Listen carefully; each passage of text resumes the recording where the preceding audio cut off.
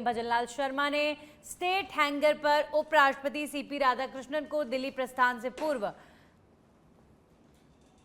वहां पर उनसे मिलने पहुंचे और इस अवसर पर उप मुख्यमंत्री डॉक्टर प्रेमचंद बैरवा और मुख्य सचिव वी श्रीनिवास समेत वरिष्ठ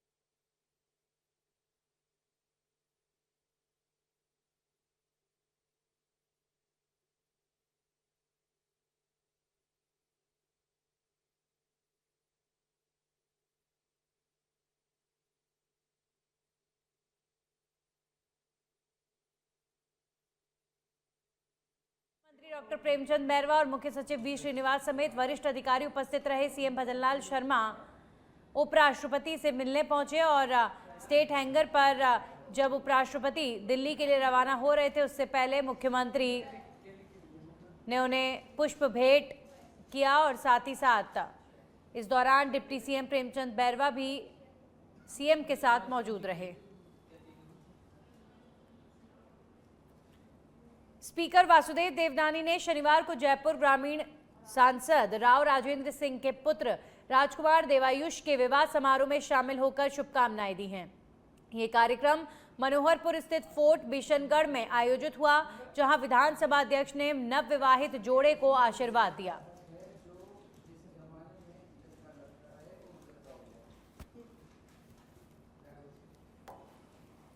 तो वासुदेव देवनानी शादी समारोह में शिरकत करने पहुंचे।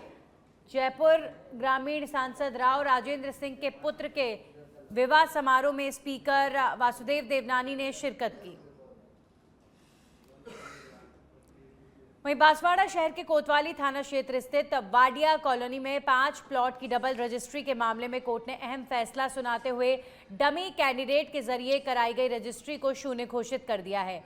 वर्ष 2019 में दायर वाद पर सुनवाई के बाद करीब 7 साल में आए फैसले में न्यायालय ने साक्ष्यों और गवाहों के आधार पर 1999 में डमी नाम से की गई रजिस्ट्री को निरस्त कर दिया और मूल दस्तावेजों के आधार पर वास्तविक मालिक को हक बहाल कर दिया गया। परिवादियों गौतम पिता थावरा और रकमा पिता नागजी की ओर से अधिवक्ता महेंद्र सिंह राठौड़ ने पैरवी की है। ये 2019 का प्रकरण है। वाडिया कॉलोनी में कुछ ब्राह्मण परिवार थे, जिसमें परेश जी पंड्या, भरत जी पंड्या, राजेश पंड्या, श्रीमती निधि और एक रकबा बनाम हर्ष कुमार के कोई 5 केस थे। उसमें मूल स्वामी के स्थान पर किसी अलग व्यक्ति को खड़ा रख के फर्जी रजिस्ट्रियाँ हो गई थी उनके प्लॉटों की। उस संदर्भ में हमने 2019 में सिविल न्यायाधीश बांसवाड़ा के न्यायालय में वाद प्रस्तुत किए गए थे, जिसमें न्यायालय ने हमने जो डॉक्यूमेंट्री एविडेंस पेश किए उनको सही मान करके 24/4/2025 को हमारे पक्ष में निर्णय पारित किया और 1999 में जो फर्जी रजिस्ट्रियाँ हो गई थी उनको निरस्त कर दिया। ये 2019। खबरों में आगे बढ़ेंगे। दौसा में नारी वंदन अधिनियम को लेकर सियासी बयानबाजी तेज हो गई है। बामनवास विधायक इंदिरा मीणा ने प्रेस कॉन्फ्रेंस में भारतीय जनता पार्टी पर निशाना साधते हुए कहा कि यह बिल जनता को गुमराह करने की साजिश है। उन्होंने आरोप लगाया कि भाजपा भावनात्मक मुद्दों के सहारे राजनीति करती है और महिलाओं को सीधे आरक्षण देने से बच रही है। उन्होंने कहा कि कांग्रेस आरक्षण के खिलाफ नहीं है, लेकिन जनगणना से पहले परिसीमन लागू करना गलत है। इस दौरान विधायक डीसी बैरवा और जिला अध्यक्ष रामजी लाल ओल्ट भी मौजूद रहे। कांग्रेस ने जिले भर में अभियान चलाकर इस मुद्दे की हकीकत जनता तक पहुंचाने की घोषणा की है।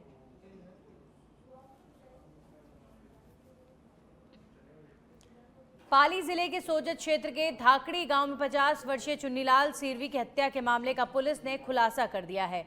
जांच में सामने आया कि हत्या किसी बाहरी व्यक्ति ने नहीं बल्कि मृतक के पुत्र ने ही की थी। कुछ दिन पहले चुन्नीलाल का शव खेत में लहूलुहान हालत में मिला था, जिसके बाद खून से सना पत्थर भी बरामद हुआ है। पुलिस के अनुसार पिता की शराब पीने की आदत से परेशान होकर पुत्र ने आवेश में आकर उसकी हत्या कर दी। सोजत पुलिस उपाधीक्षक रत्नाराम देवासी ने प्रेस कॉन्फ्रेंस के जरिए मामले का खुलासा किया। वहीं एसपी मोनिका सेन के निर्देशन में शिवपुरा थाना पुलिस ने आरोपी को गिरफ्तार कर लिया है।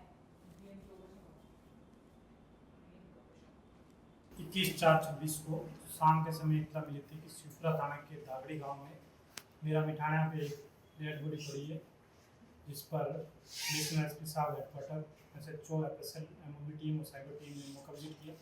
मौके पर उपलब्ध साक्ष्यों को सुनिश्चित किया गया। मामला हत्या का पाए जाने पर एसपी साहब के निर्देशन में अलग अलग टीमें गठित की जाकर तकनीकी साक्ष्य, फील्ड वर्क और आसूचना तंत्र को सक्रिय किया गया। कड़ी से कड़ी जोड़कर हमने मृतक के पुत्र विक्रांत को गिरफ्तार करने में सफलता अर्जित की। कानून व्यवस्था को संभालते हुए टीमों ने परिश्रम। खेड़ली कस्बे में शिक्षा के क्षेत्र में उत्कृष्ट प्रदर्शन करने वाले छात्र छात्राओं का अनोखे अंदाज में सम्मान किया गया। पीएम श्री राजकीय माध्यमिक विद्यालय के बोर्ड परीक्षा में श्रेष्ठ परिणाम देने वाले विद्यार्थियों के लिए पूरे कस्बे में भव्य रैली निकाली गई।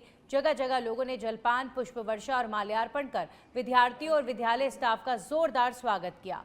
इस आयोजन ने न सिर्फ छात्रों का उत्साह बढ़ाया बल्कि पूरे क्षेत्र में शिक्षा के प्रति सकारात्मक संदेश भी दिया है।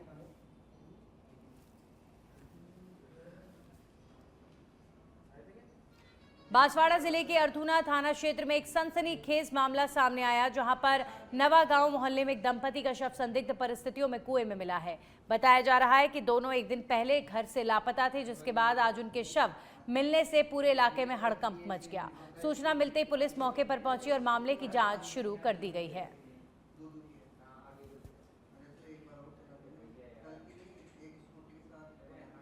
भिंड में फर्जी आर्म्स लाइसेंस रैकेट का बड़ा खुलासा हुआ है, जिसमें कलेक्ट्रेट की आर्म्स शाखा के कर्मचारी ही मास्टरमाइंड निकले हैं। पुलिस अब तक 13 आरोपियों को गिरफ्तार कर चुकी है, जिनमें पिता पुत्र समेत विभिन्न राज्यों के लोग शामिल हैं। कार्रवाई के दौरान 10 पिस्टल और 1 राइफल बरामद की गई। पुलिस अधीक्षक डॉक्टर असित यादव के निर्देशन में साइबर टीम ने नेशनल इंटेलिजेंस ग्रिड पोर्टल से संदिग्ध लाइसेंसों की जांच कर इस गिरोह का पर्दाफाश किया है।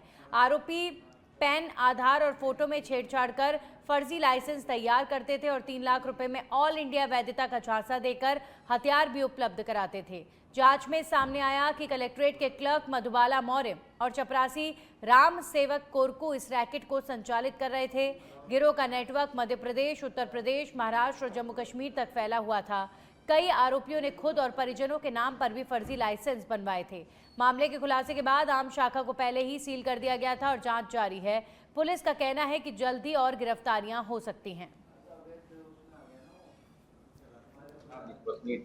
और अन्य इन्फॉर्मेशन के आधार पर छह लोगों के फर्जी लाइसेंस संबंध में सूचना मिली थी, जिसको गंभीरता से मद्देनजर रखते हुए श्रीमान महोदय ने रजिस्टर तो जांच करने का निर्देशित किया और प्रारंभिक में थाना देहात में अपराध पंजीबद्ध हुआ था, जिसमें हमने नेट गीट और आम से 2 ऑनलाइन पोर्टल होता है और आम शाखा कैबिनेट को लगातार चेक किया पूरी टीम के द्वारा और इसमें एक संगठित गिरोह के रूप में जांच में हमारे पास आया है। इसमें हमने कुछ लोगों के अब तक गिरफ्तारी की है, जिसमें आम शाखा में 2 कर्मचारी भी है।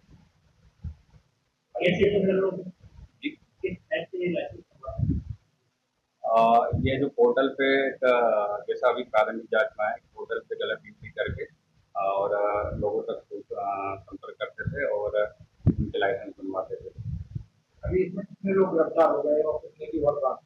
अभी प्रारंभिक जानकारी के अनुसार 13 से 17 लोग। डूंगरपुर से है। जिले के बिछीवाड़ा थाना क्षेत्र के करोली गांव स्थित राजकीय उच्च माध्यमिक विद्यालय में अज्ञात चोरों ने सेंधमारी कर कक्ष का ताला तोड़ दिया और 4 पंखे, एक ट्यूबलाइट और एक घड़ी समेत अन्य सामान चोरी कर लिया।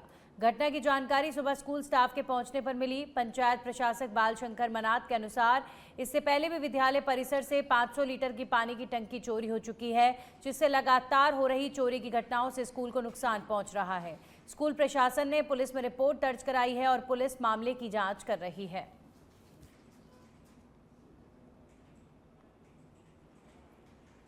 बांसवाड़ा जिले के अर्थूना थाना क्षेत्र के नवागांव मोहल्ले में लापता दंपति के शव कुएं में मिलने से सनसनी फैल गई। धापू पत्नी मुकेश और मुकेश पिता हालिया के शव गांव से करीब 500 मीटर दूर एक कुएं से बरामद किए गए। दोनों 21 तारीख से लापता थे, जिनकी तलाश परिजन लगातार कर रहे थे। सूचना पर अर्थूना थाना पुलिस मौके पर पहुंची और शवों को कुएं से बाहर निकालकर पोस्टमार्टम के लिए भिजवाया। पुलिस के अनुसार मामला संदिग्ध प्रतीत हो रहा है और हर पहलू से जांच की जा रही है। घटना के बाद गांव में शोक और दहशत का माहौल है। आज पुलिस को सूचना मिली कि 2 गोलिया थाना अर्थूना में पति पत्नी कुएं में डूबने से मौत होने से लाश कुएं में है। इस पर नए जाब्ते के मौके पे पहुँचे तो मुकेश पारगी और उसकी पत्नी धापू दोनों ही कुएं में डूबने से मौत हुई है। और ये कब से गायब थे सर? ये 21 तारीख की रात से घर से लापता थे, जिन्होंने परिजनों ने उसकी काफ़ी देवास जिले में विद्यार्थियों की सुरक्षा को ध्यान में रखते हुए प्रशासन ने स्कूल बस सुरक्षा ऐप विकसित किया है। कलेक्टर ऋतुराज सिंह ने बताया कि इस नवाचार के जरिए जिले के सभी स्कूलों और शैक्षणिक संस्थानों में संचालित बस, ऑटो और अन्य वाहनों का ऑनलाइन पंजीयन और निगरानी की जाएगी। ऐप के माध्यम से वाहनों के दस्तावेज, पीयूसी, फिटनेस और परमिट की वैधता पर नजर रखी जा सकेगी।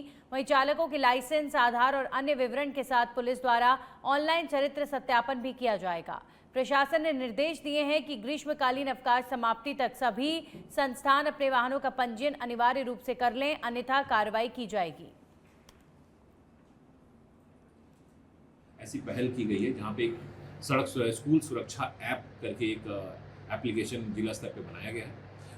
इस एप्लीकेशन का 2 मुख्य उद्देश्य है, जिसमें पहला कि स्कूल से संबंधित जो भी बस के कंडक्टर और ड्राइवर हैं उसके ऑनलाइन पुलिस वेरिफिकेशन, उनकी जो प्रमाण पत्र जो वेरिफिकेशन होता है उसको ऑनलाइन वेरिफिकेशन करवाया जाएगा और वो विदिन 48 आवर्स के अंतर्गत उनका वेरिफिकेशन हो सके, ताकि अगर कोई बस ड्राइवर या कंडक्टर चेंज होता है तो तत्काल ऑनलाइन माध्यम से, थाने के माध्यम से उसको वेरीफाई किया जा सके। दूसरा, इस पोर्टल के माध्यम से जितने भी बसेस हैं उनके जितने भी प्रकार के लाइसेंसेस हैं, फिटनेसेस हैं, इंश्योरेंसेस हैं, उसको रेगुलर फीचर के माध्यम से उसको हम लोग मॉनिटर कर सकें कि कोई भी स्कूल के जो बसेस हैं जो जिसमें छोटे बच्चे ट्रैवल करते हैं उनके सभी प्रकार के जो फिटनेसेस हैं जो परिवहन विभाग के द्वारा जारी किए जाते हैं उसके लगा